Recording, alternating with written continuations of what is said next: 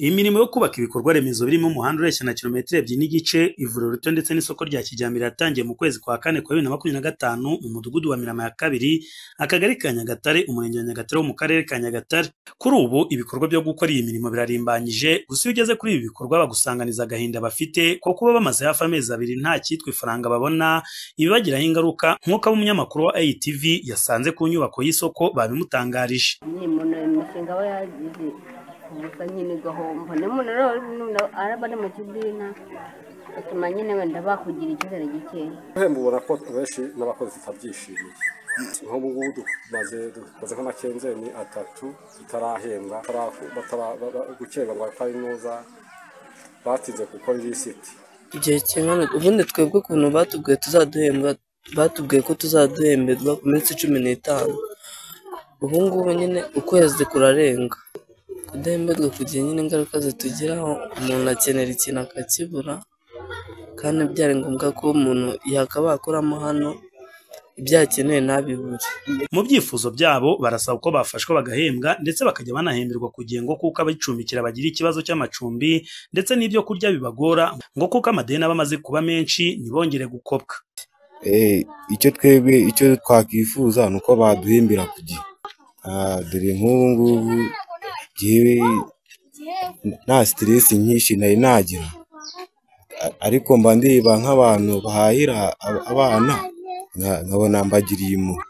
Tumaze gukora iby'inzeni bitatu tudahemba, banga kuduhemba kandi ibikorwa biragaragara mu by'ukuri. Iyo tubabaje bakomeza batubwira ngo nejo ugasanga n'icy'inzeni ikindi turakirangije. Niyo kwifuza ko twahemberwa kugira nyine urabona nk'uri mu nzu y'ikode ntayishyura, nk'umwana akabura cyangwa nk'uwagukopye ntunamwishyure ugasanga nabyo ni ikibazo.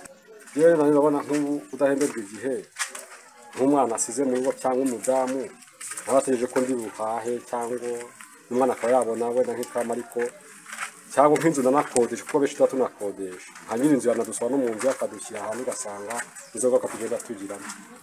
Turasaba kugira ngo tube duhemberwa igihe nibwo bufasha turi gusaba, kugira ngo natwe tujye twishyura uwo turi mu ideni, n'iryo kode turyishyure, n'umwana arira igihe nk'uko bimeze ntakira n'agasoni ko umuntu akabonera igihe. Tukaba dusaba rero ko bashyiramo basimuwe bakajya baduhembera igihe. Twifuza nuko nyine mwadukorera ubuvugizi, nyine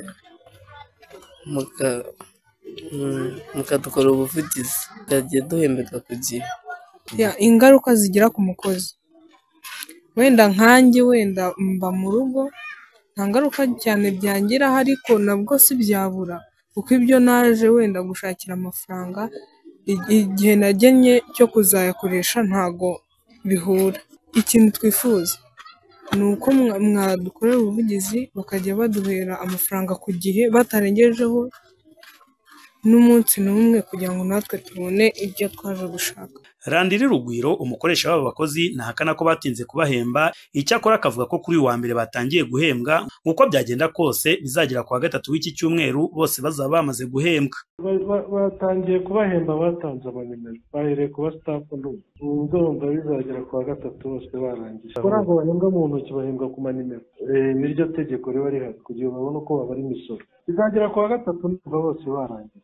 Ubwo aba bakozi bahabwaga akazi basezeranyijwe kujya bahembwa mu minsi 15 ikizwe nka kenzeni, none kuri ubu bavuga ko baberewemo amakenzeni agera muri 3, kuba batinda guhembwa bikaba bibagiraho ingaruka, bakaba bifuza ko byakemuka.